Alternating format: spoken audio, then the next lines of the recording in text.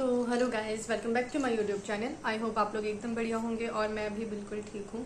तो गाइस, जैसे कि आप लोगों ने पिछले व्लॉग में देखा था कि मेरा जो अक्ल दाढ़ है वो आ रहा था, तो अभी वो काफ़ी बेटर है क्योंकि बहुत ज़्यादा पेन होने की वजह से मैं डेंटिस्ट के पास चली गई थी। तो उन्होंने बोला था कि पीछे इन्फेक्शन हो रहा है, जो अक्ल दाढ़ आ रही है, विस्डम टीथ आ रहा है, उसमें इन्फेक्शन हो रहा है, ब्लड की क्लॉटिंग जैसी हो गई है, ब्लड इकट्ठा हो गया है। तो वो उन्होंने जाके मतलब सिरिंज से इंजेक्शन से कुछ दवाइयाँ लगा के वो ठीक करा। तो उसके बाद से काफ़ी हल्की हल्की पेन थी मेरे को, मतलब जितनी हो रही थी उतनी नहीं थी, बट आज एक दो दिन से बिल्कुल ठीक है। अब ऐसा हो रहा है कि एक कोना आ चुका है इसका, बाकी अभी 3 साइड और रहती है, तो पता नहीं अब कितना ही दर्द करवाएगा ये। तो मेरा ये मैंने ये सोचा कि जैसे मैं डेली व्लॉग्स करती हूँ, काफ़ी टाइम के बाद, काफ़ी गैप्स के बाद मेरे व्लॉग्स आते हैं, क्योंकि मैं ऐसा सोचती हूँ ना यार, दिन को रूम में सफाई के अलावा, खाना बनाने के अलावा, पढ़ने के अलावा और क्या दिखाऊँ मैं आप लोगों को ऐसा, क्योंकि डेली व्लॉग्स में यही होता है, दिनचर्या का काम ये वो। तो क्योंकि ना मेरा कहीं घूमने जाने का प्लान बन रहा है कि मैं आप लोगों को दिखाऊं ये वो। सो हाँ, जैसे मतलब जो कंटेंट होते हैं, कोई पार्टी ओकेजन्स वगैरह होती है या मैं कहीं घूमने जाती हूँ कहीं, वो सारी चीज़ें तो आप लोगों को दिखेगी ही दिखेगी ब्लॉग में। बट मैंने उससे सोचा कि क्यों ना मैं रोज़ 5 से 10 मिनट आप लोगों को दूँ, किसी ना किसी चीज़ के बारे में आप लोगों से डिस्कस करूँ, जो मेरी लाइफ में इंसिडेंट्स हुए हैं, या फिर जो मैंने करा है अपनी लाइफ में अभी तक, मैंने क्या किया है अपनी एजुकेशन लाइफ में, क्या किया है, क्या मैंने पढ़ा है, कौन सा कोर्सेज मैंने करे हैं, क्या क्या किया हुआ है मैंने, या क्या क्या इंसिडेंट्स मेरी पर्सनल लाइफ में, मेरी प्रोफेशनल लाइफ में हुए हैं। तो वो सारी चीज़ें मैं आप लोगों के साथ डिस्कस करूँ।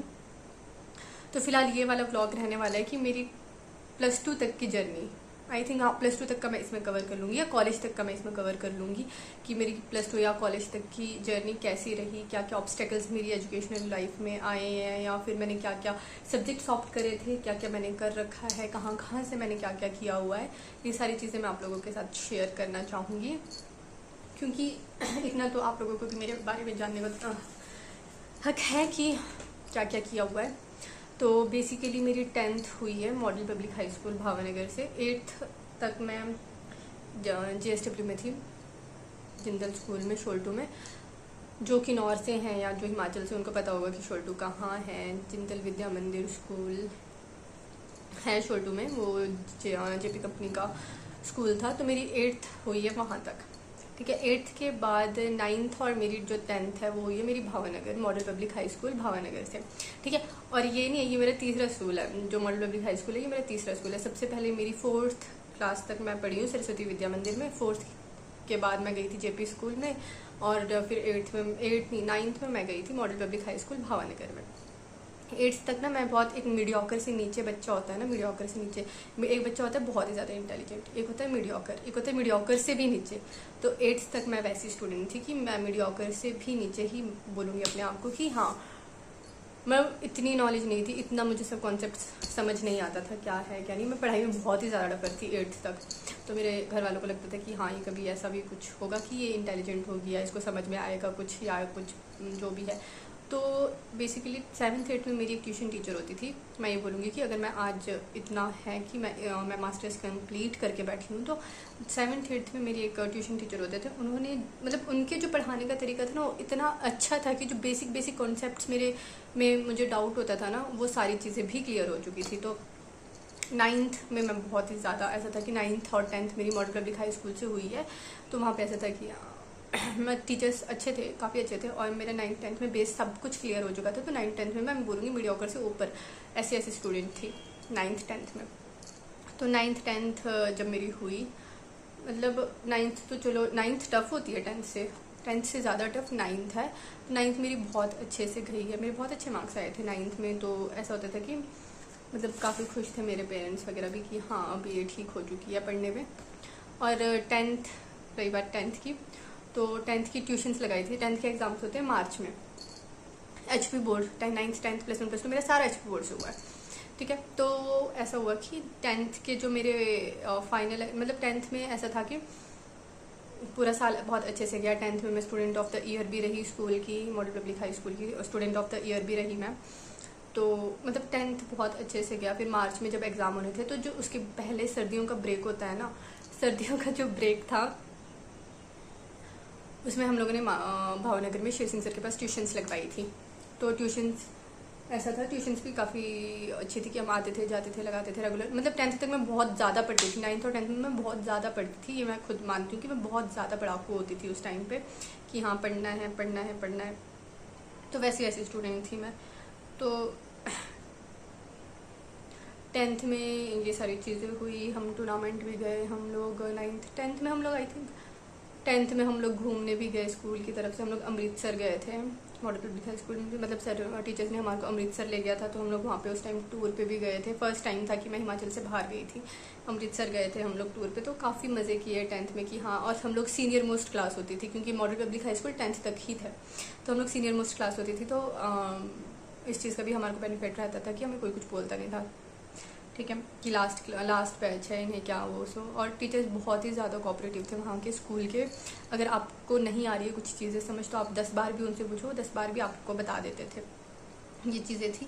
तो 10th की ट्यूशन्स मैंने लगाई थी शेर सिंह सर के पास। और मार्च हुआ क्या मेरे साथ 10th में बहुत बड़ा इंसिडेंस हो गया कि जैसे मार्च में हमारे एग्ज़ाम होने थे, फरवरी I think exams, final exams के 1-2 हफ्ते पहले ही मेरे अपेंडिसाइटिस का ऑपरेशन हुआ। मेरे को एकदम से दर्द उठी पेट में।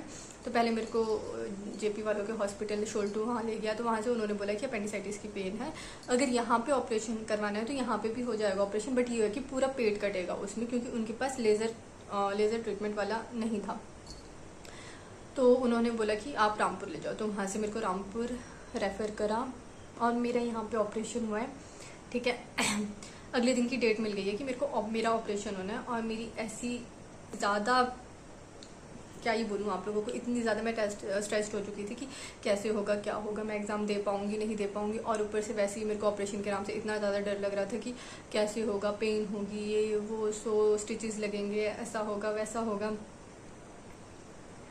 भाई बहुत ज़्यादा पेन, मतलब ऐसा हुआ कि ऑपरेशन थी। और उस टाइम ऐसा हुआ कि मेरे को डर लग रहा है, बट पता नहीं ऑपरेशन थिएटर में जाने से पहले मेरे को क्या हुआ। मैं बहुत खुशी खुशी ऑपरेशन थिएटर में गई और मेरे को डॉक्टर बोलता है कि हाँ जी आपको डर वर नहीं लगता है क्या। और जैसे उन्होंने एनेस्थीसिया दिया उसके बाद तो मेरे को कुछ नहीं पता है। बस मेरे को इतना पता है कि मैंने जो वहाँ पे ना ऑपरेशन थिएटर में टीवी स्क्रीन लगी होती है, वहाँ पे मैंने अपना पूरा का पूरा जो ऑपरेशन है जो होता है अंदर से इंटेस्टाइन वगैरह सब कुछ मैंने देखा है कि किस तरीके से वो लोग ऑपरेशन कर रहे थे, कैसे होता है, कैसे चीज़ें काटी जाती है, ये वो। सो मैंने हर एक चीज़ देखी है। तो ये फेज़ गया। फिर जैसे तैसे करके मैं एग्ज़ाम्स तक ठीक हुई। तो मैंने एग्ज़ाम्स दिए ये। और जब रिज़ल्ट आया, जब हमारे 10th का रिज़ल्ट आया 18th में को आई थिंक। और उस टाइम ना भावनगर में हॉस्पिटल है, वहाँ पे कैंप लगे हुए थे, डॉक्टर्स के कैंप लगते हैं ना, वहाँ पे कैंप लगे हुए थे। दिल्ली से डॉक्टर आई थी। तो वहाँ पे मैं हॉस्पिटल में हूँ, रिज़ल्ट आया है और बहुत अच्छी परसेंटेज है, मोर देन एवरेज से काफ़ी ज़्यादा अच्छी परसेंटेज है। और मैं फिर भी रो रही हूँ कि रिज़ल्ट अच्छा नहीं रहा है, ये वो। तो वहाँ पे मेरे को सारे बोल रहे हैं, आपकी मम्मा को सारे बोल रहे हैं आपकी बेटी का इतना अच्छा रिजल्ट रहा है, वो फिर भी रो रही है, इसको और कितने मार्क्स चाहिए, ये वो। सो जैसे तैसे करके 10th क्लियर, अच्छे जैसे तैसे करके, तो क्या मतलब बहुत अच्छे से 10th क्लियर हो चुकी। उसके बाद ये चीज़ हुई कि +1 में क्या सब्जेक्ट रखना है, क्योंकि अभी 10th वालों का रिजल्ट आया तो सबको पता होगा जिन जो 10th से गुजरा है कि सबको ये कन्फ्यूजन रहती ही है कि कौन से सब्जेक्ट्स रखने हैं। अब 9th 10th में हुआ यूँ कि 9th 10th में मेरा मैथ्स बहुत ज़्यादा अच्छा था, बहुत ही ज़्यादा अच्छा मैथ्स था मेरा, ठीक है। तो मेरे को ये लगा कि मैं नॉन मेडिकल रखूँगी, ठीक है। कभी भी इस ओवर कॉन्फिडेंस में मत जाना कि अगर 9th 10th में आपका मैथ्स अच्छा है तो +1 +2 आप इजीली कर लोगे नॉन मेडिकल बैकग्राउंड से, ठीक है। और बहुत मोस्टली पेरेंट्स ऐसे होते हैं कि वो मतलब प्रेशराइज करते हैं कि तूने मेडिकल रखना है तो मेडिकल ही रख, तूने नॉन मेडिकल रखना है तूने नॉन मेडिकल ही रख। ये एक बच्चे का खुद का अपना पर्टिकुलर डिसीजन होना चाहिए कि उसे कौन सा सब्जेक्ट पढ़ना है। अब लाइक मेरे को नॉन मेडिकल रखना था, मेरा नॉन मेडिकल था पढ़ने का। वैसे मुझे आर्ट्स रखना था, बट प्रोजेक्ट स्कूल में ऐसा हुआ कि को ज्योग्राफी चाहिए थी, ज्योग्राफी वहाँ पे नहीं थी। और इससे पहले मतलब ऑपरेशन नहीं होने से पहले मैंने सोचा था कि मैं पोर्टमोर जाऊँगी या मैं कोई CBSE बोर्ड का स्कूल ज्वाइन करूँगी, ठीक है, क्योंकि बहुत हो गया HP बोर्ड पे, मेरे को नहीं पढ़ना HP बोर्ड में। तो मेरे को ऐसा था कि मैं CBSE बोर्ड के किसी स्कूल में एडमिशन लूँगी, क्योंकि भैया दीदी ऑब्वियसली मेरा मतलब भाई ये लोग सारे CBSE बोर्ड के स्टूडेंट से तो होते ही है कि हाँ ये लोग CBSE बोर्ड में पढ़ रहे हैं तो मेरे को भी CBSE बोर्ड में पढ़ना है। बट ऑपरेशन होने की वजह से मेरे को मेरे पेरेंट्स ने नहीं भेजा, क्योंकि वैसे ही मैं ऐसी थी कि मैं बहुत ज़्यादा बीमार होती थी। तो उन लोगों को लगा कि ये बाहर जाके कैसे हॉस्टल में मैनेज करेगी, नहीं रह जाएगा इससे। तो बोला कि तू +1 यहाँ से कर ले, +2 में देखेंगे फिर, ठीक है। तो +1 में मेरे को नॉन मेडिकल रखना पड़ा। मेडिकल बिल्कुल नहीं रख सकती थी मैं, क्योंकि मेरे को बायो से सख्त नफरत है। बायो में मतलब इतने टफ वर्ड्स होते हैं ना, अगर आपको किसी फ्लावर का नाम या किसी एनिमल का, मतलब बहुत ही टफ लैंग्वेज होती है बायो की, मैं वो नहीं कर सकती थी। तो मेरे को लगा कि इससे अच्छा मैं कैलकुलेशंस कर लूँगी, वही ठीक रहेगा मेरे लिए, ठीक है। बट ये हुआ कि +1 भी मेरी अच्छे से गई, +1 का मैथ्स भी ठीक था। कि हुआ ये कि +1 भी बहुत ज़्यादा अच्छे से गई, बहुत अच्छे मार्क्स आए, ठीक है। +1 में हम लोगों ने बहुत मज़े भी किए, मतलब हमने मज़े भी किए, हमने पढ़ाई भी की, सब कुछ करा। हम टूर्नामेंट में भी गए, हम लोग घूमने फिरने, पिकनिक्स वगैरह में भी गए, टूर पे भी गए, बहुत सी चीज़ें हम लोगों ने इंजॉय करी। आई बात +2 की। +2 में ऐसा हुआ कि +2 का मैथ्स ज़्यादा टफ है, प्रोबेबिलिटी स्टैटिक्स वगैरह है +2 में। तो ये जो सब्जेक्ट है मेरे को मैथ्स ही ले डूबा, ठीक है। केमिस्ट्री मेरी अच्छी खासी थी, और फिजिक्स तो मेरे को वैसे ही बिल्कुल पसंद नहीं थी, ठीक है। तो ये हुआ कि +2 में वैसे तो जनवरी से छुट्टियां होती है स्कूल में, बट हम लोगों ने क्या किया, हम लोग दिसंबर स्टार्टिंग में ही चले गए ASV BCS न्यू शिमला, कि हम लोग ट्यूशन लगाएंगे, हमने ट्यूशन लगवानी है। तो हम लोगों ने स्कूल में बात की, टीचर्स ने भी मना करा कि अभी मत जाओ, जैन से लगा लेना, ये वो हम लोगों ने लगानी है, वहाँ पे बैचेस नहीं है, ये वो सो बैच फुल हो जाएगा, फिर हमारे को एडमिशन नहीं मिलेगी, ऐसा वैसा करके हम लोग चले गए ट्यूशन लगवाने के लिए। और ये हमारी सबसे बड़ी गलती रही। बोलते हैं ना कि जब कोई आपको चीज़ें बोल रहा है तो उनकी चीज़, मतलब उनकी ना बात सुन लेनी चाहिए, और हम लोगों ने बिल्कुल नहीं सुनी, और हम लोग अपनी मर्जी करके चले गए, ठीक है। अब ऐसा नहीं है कि हम लोगों ने वहाँ पे ट्यूशन्स में क्लासेस नहीं लगाई, हम लोगों ने सिर्फ वो पर्टिकुलर ASV में जितने बजे तक क्लास होती थी हमने वही लगाई, उसके अलावा हमने एक्स्ट्रा कुछ नहीं पढ़ा है। आज मैं कन्फेस कर रही हूँ ये चीज़ कि हम लोगों ने एक्स्ट्रा कुछ नहीं पढ़ा है, क्योंकि ऐसा बोल सकते हैं कि हाँ पहली बार बाहर निकले हैं किन्नौर से तो पंख लग गए, बोल सकते हैं। ये मैं खुद बोल रही हूँ कि पंख लग गए थे हमारे को, घूमना फिरना ये वो सारी चीज़ें। बट अगर हम लोग शायद नहीं जाते शिमला, हम लोग घर पे ही रहते, तो हम लोग और बेटर कर सकते थे, ठीक है। ये एक मिथ होता है कि आप लोगों को बाहर जाओ, अपने ऊपर होती है चीज़ें यार। कोई जिसने घर में पढ़ना है ना वो घर में बैठ के भी पढ़ लेता है, जिसने नहीं पढ़ना है वो बाहर जाके भी नहीं पढ़ेगा। ये एक बहुत बड़ा मिथ है कि हाँ घर पे रह के किन्नौर पे रह के कुछ नहीं होता है। बहुत सी चीज़ें हैं, हम लोगों के अपने ऊपर डिपेंड करता है कि हम लोगों ने क्या करना है, किस वे में करना है, किस तरीके से करना है। ये चीज़ मेरे को तब समझ में आई कि हर एक चीज़ अपने ऊपर डिपेंड करती है। कोई एक इंस्टीट्यूट आपका फेथ नहीं बदल सकता है। आपने जहाँ से, जब तक आप खुद से अंदर से मेहनत, मान लो ठीक है आप LN में एडमिशन ले रहे हो, नीट या फिर JEE मेंस की कोचिंग के लिए, एडवांस की कोचिंग के लिए आप LN में एडमिशन ले रहे हो, ठीक है।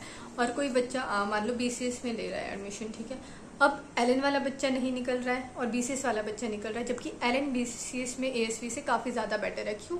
क्योंकि बच्चे की मेहनत अपने ऊपर होता है कि बच्चा कितनी मेहनत कर रहा है, बच्चा कितना प्रेफरेंस दे रहा है अपनी पढ़ाई को, बच्चा कितना टाइम दे रहा है, कितने अच्छे से वो अपने कॉन्सेप्ट क्लियर कर रहा है। अपने ऊपर हर एक चीज़ डिपेंड करती है, ठीक है। तो यहाँ तक थी मेरी +2 तक की जर्नी। मैं यही बोलूँगी कि जहाँ भी हो आप लोग, ठीक है, वहीं पे आप लोग अपने से खुद से बहुत अच्छे से पढ़ लोगे, अपने बेस क्लियर कर लोगे, अपने बेस को क्लियर रखोगे, तो ही आप लोग बहुत अच्छा कर सकते हो अपने करियर पे, ठीक है। +1 +2 मेरा नॉन मेडिकल बैकग्राउंड है, करना मेरे को आर्ट्स था, ज्योग्राफी, बट ये नहीं बोल सकती चलो नॉन मेडिकल में भी मैंने बहुत सही किया, बहुत अच्छा करा, नॉन मेडिकल बहुत अच्छा है। आपको जो रखनी है ना, जो मतलब आपको ये मत सोचो कि मैं 9th 10th में मैथ्स में अच्छा हूँ तो मैं ये कर लूँगा। आप ना पहले ब्रीफली, ठीक है, आप 10th में हो, ठीक है, आप +1 का पूरा सिलेबस देखो कि हिस्ट्री जी की, आर्ट्स का क्या सिलेबस है, मेडिकल का क्या सिलेबस है, कॉमर्स का क्या सिलेबस है और नॉन मेडिकल का क्या सिलेबस है। तो आप ये चीज़ देखो कि आपको क्या लगता है कि आप कौन सा सब्जेक्ट बेटर कर सकते हो, ठीक है। आप कौन सी चीज़ें आप अच्छे से समझ सकते हो, अच्छे से उसमें स्कोर कर सकते हो, अच्छे से उसका बेस आपका, किस चीज़ का आपका बेस क्लियर है। तो बहुत ही ज़्यादा मतलब +1 +2 में क्या रखना है आप लोगों को, ये बहुत ही अहम फैसला होता है, बहुत ही ज़्यादा इम्पॉर्टेंट डिसीजन होता है, क्योंकि यहीं से ही +1 +2 से ही आपका फ्यूचर डिसाइड होता है कि आप कौन सी सब्जेक्ट, कौन सी स्ट्रीम में जाओगे, कौन सी लाइन आप लोग पकड़ोगे, आप लोग मेडिकल लाइन में जाओगे, नॉन मेडिकल, कॉमर्स, आर्ट्स, आप किस में जाओगे, ये चीज़ +1 +2 ही डिसाइड करता है। तो ये बहुत ही एक इम्पॉर्टेंट डिसीजन होना चाहिए, जो बहुत सोच समझ के लेना चाहिए किसी एक बच्चे को। और पेरेंट्स से भी मैं यही बोलूँगी, कोई बच्चा मेडिकल नहीं पढ़ना चाहता है, नॉन मेडिकल नहीं पढ़ना चाहता है, आर्ट्स पढ़ना चाहता है, तो भी कोई बुराई नहीं है। आर्ट्स बहुत ही ज़्यादा इम्पॉर्टेंट सब्जेक्ट है, क्योंकि जितने भी IAS, IPS, HAS, HAS, जितने भी ये सारी हम लोग सिविल सर्विसेज की बात करते हैं तो मैक्सिमम वेटेज जो होता है हमारे आर्ट्स के ही सब्जेक्ट्स का। तो ये चीज़ भी नहीं है, मैं ये नहीं बोल रही कि ठीक है आर्ट्स में भी बहुत सी जॉब्स है, बहुत ज़्यादा फ्यूचर ब्राइट है, मेडिकल नॉन मेडिकल में भी, मतलब हर एक स्ट्रीम में आपका मत मान के चलो कि 24 से 25 जॉब्स हर स्ट्रीम से है ही है, ठीक है। मतलब ये सारी इस चीज़ पे मैं एक अलग वीडियो बनाऊंगी कि हाँ कि कौन से मतलब क्या सब्जेक्ट रख के आप लोग क्या कर सकते हो, क्या क्या सब्जेक्ट लेके आप लोग आगे किस किस लाइन में जा सकते हो, इसका मैं एक अलग से ही वीडियो बनाऊंगी। फिलहाल इस वीडियो में इतना ही, मिलती हूँ मैं आप लोगों से अपने व्लॉग में, जिसमें मैं बताऊंगी कि मेरी कॉलेज लाइफ और मेरी मास्टर्स की लाइफ कैसी रही। मे बी मेरी कॉलेज की लाइफ वाला ही होगा कि कॉलेज की लाइफ मेरी कैसी रही, क्योंकि मास्टर्स की लाइफ का तो बहुत अलग ही एक्सपीरियंस है मेरा, क्योंकि मैं मास्टर्स में पहली बार हिमाचल से बाहर निकली थी, पहली बार मैं अकेले रही थी, तो वो मेरा बिल्कुल अलग एक्सपीरियंस है। तो उसको तो मैं अलग ही वीडियो में कवर करूँगी। जो नेक्स्ट वीडियो है वो मेरी रहेगी कि मेरी कॉलेज लाइफ कैसी कैसी रही, क्या क्या फेजेस मेरी इस लाइफ में आए, क्या क्या एक्सपीरियंस मैंने इस लाइफ में किए हैं।